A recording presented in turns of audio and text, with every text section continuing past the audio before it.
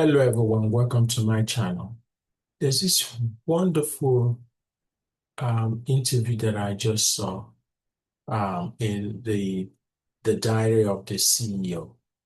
Um, he's interviewing this guy called Seth Gordon. Seth Gordon, I think you guys really need to listen to this man. I think this man understands what gets us stuck in the system. What gets us stuck in the system because it's a system. And I think if we realize that the system is a game, we can play it, we know exactly what our roles are, and we can switch these roles anytime we want because we have the power.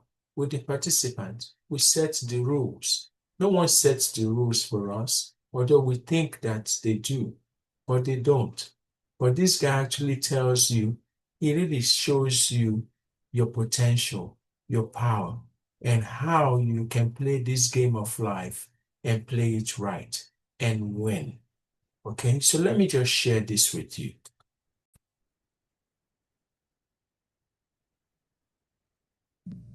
And then he became Alexander the Great. Because the secret, the simple secret was we are stuck because we can't see what's holding us there. If what's holding us there we cannot change, like gravity is holding us to Earth, gravity's not a problem. Gravity's a situation.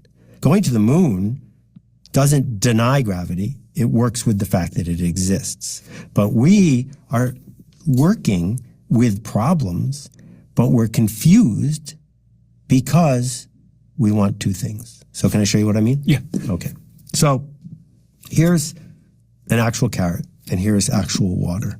This is not actually a donkey, but let's pretend this is a donkey, okay? In Burden's philosophy experiment from a couple hundred years ago, the donkey is hungry and thirsty. He has complete freedom, he can move, and he's halfway between a pile of carrots and a bucket of water. And he's trapped. Because every time he moves toward the water, he's moving away from the carrot. Can't do that because he's hungry. And every time he moves toward the carrot, he's moving away from the water. Can't do that because he's thirsty. And so in the experiment, because we're trapped, we end up dying of hunger and thirst. And all of us do this, and we do it with one simple word, which is but. I want this, but I also want that, right? I want to have a creative life, but I never want to get rejected.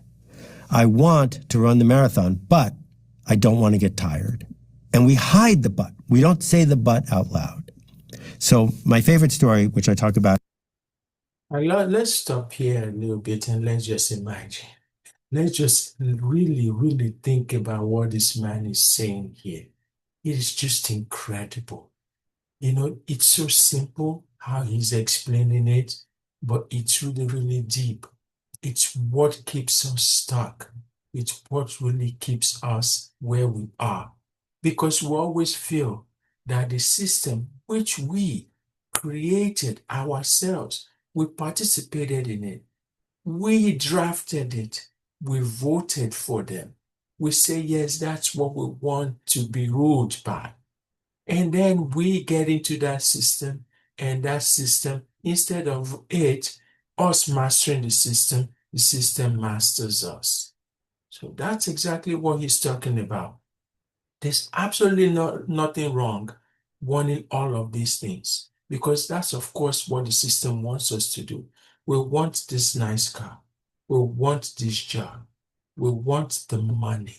We want the beautiful wife. But we also want the wife to be obedient. We want how many kids. And yet we want whatever. So there are so many wants. And we want them all at once. It never happens that way. Because if you want all of them all at once, your energies will be scattered. And when your energies are scattered, you cannot focus on one thing and do it well. You can't focus on all of them and do it well. But what if you just do it this way? Like most great minds do. They see one thing and they put their energies into it, they focus on it, and they do it well. And once they're finished doing it well, they can now go to the next step, to the next step. Where we really get stuck most of the time is when we feel like all of these things need to be done all at once. But it's not true. You see this thing, you follow it, and see how far you can go. Give it the best shot that you can. And even if you fail, it really doesn't matter. Although the system says failure means that you are really, really a true failure. But is that really true? Look at the great people today or the great people in the past. Look at them. You only see their successes, but you don't see their failures. And I think they also do us some kind of a disservice. The society does us some kind of disservice. They just amplify their successes, but they never tell you where this person came from, how many failures, whether it's in business. See, Carnegie, he failed a lot. He went bankrupt. He lost a lot of money, creditors coming after him, lots of lawsuits. So many of his businesses failed. Even Elon Musk, that people are celebrating. If you look at his background, I am very sure there have been lots of failures over the years. And then the one that succeeds, people completely ignore that it took time, it took energies to be able to get that done. It's even Bill Gates. Who else are you going to talk about? Then we could sit down with you and tell you their failures. You will be astounded. But that's what we're talking about. If you allow the system to have you be afraid of failure, afraid of criticism, afraid of taking the next step, afraid of even success, yes, afraid of being successful. If you allow the system to do that to you, you could be in a lot of trouble. Now let's continue.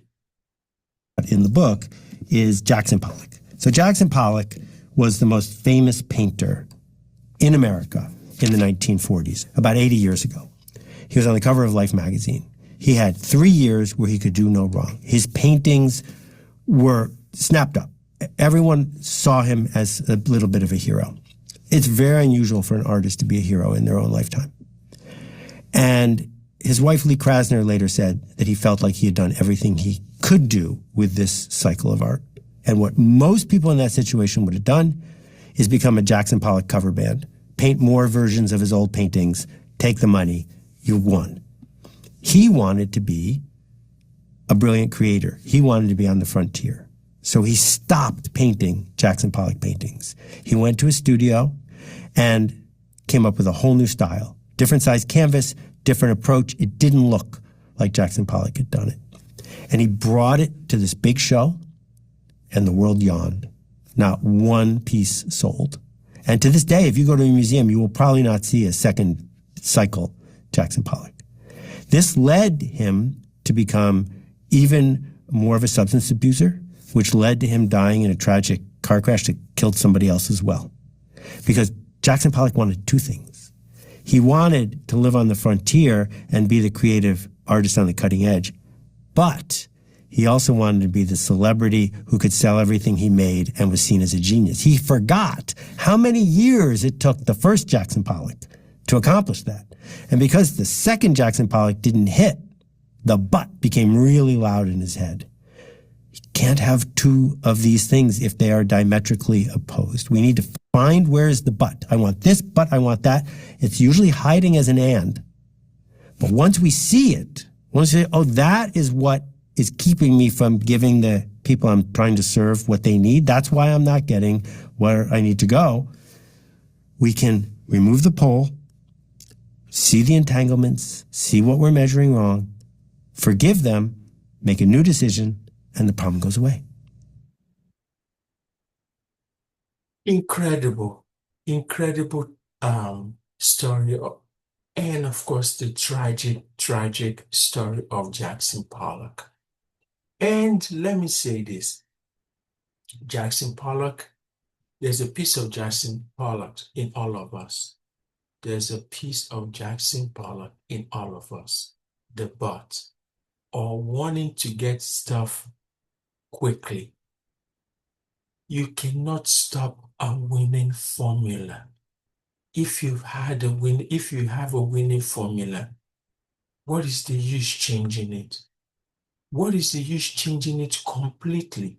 You can, of course, modify, you can update, but when you decide that, oh, the society wants me or the system wants me to be this way, the system wants me to be that way, and as a result, you let go of a winning formula, that is how you become a Jackson Pollock. That is the way you become a failure. Because what happens when you don't succeed the first time in that change that you make? Remember, you have been praised all these years. You have been praised all these years as being a genius. You are now afraid of failing. You're now afraid that people will criticize you. But you must understand, like everybody else, that there are highs and lows in life. And the best way to do it is to ride that wave. If you can't ride that wave, you will sink and you will drown. So this is why I would urge you to watch this interview. This man gives you the real deal of how life works. And if you can follow it, you don't have to be the greatest of things. But let us look at what we have within ourselves. What are our strengths? What are our weaknesses? What are our talents? What are those things that we need to improve on? And once we identify with these things, we're able to work with what we've got. And then as we work with what we've got, we're able to refine and improve and grow. This is what said God is telling us. And I hope we see it this way. Because many times we focus on the system oppressing us. We focus on those that the system has appointed to enforce its rules. Because understand, the system wants to survive just the way we want to survive. Most people do not understand it. The system that we have created has a life of its own. And one thing it has that is the same as us is survival. The system wants to survive just the way we want to survive. And will do whatever it takes to survive, even if it means suppressing you to survive. It will do it. But we also have to remember we created the system, and so we have the power to take it back. But taking it back doesn't mean that it's going to be easy, because many times what you have given, it's always very difficult to take back. But you can always try, and systematically, slowly, incrementally, you can finally take it back, because you are the author, you are the actor, you are the director of your life. It doesn't matter what the system says. Eventually, you will realize that you are the God in your own universe, the only God in your own universe. So let's not try to point finger at the system or say, let's destroy, let's revolutionize, let's do this, let's do that, or point finger at other people for being your problems. No, the problem is always with us. So that's the reason why I'm creating this channel is important. I need you to smash this like button. I need you to subscribe to my channel, because we will all work together to be the very best that we can be, to be the very best that we are supposed to be. Thank you very much. And like I said again, smash that like button and subscribe to my channel. I am very sure by the time we keep moving, we will look back and we will say to ourselves, wow, we have changed, we have grown, we have evolved. And so many of these irritants, many of these forces that are around us that tells us what is right for us, what is wrong, what is good, what is bad, will not affect us as much. So go ahead, smash that like button, subscribe to my channel, and I will see you again. Thank you. Bye.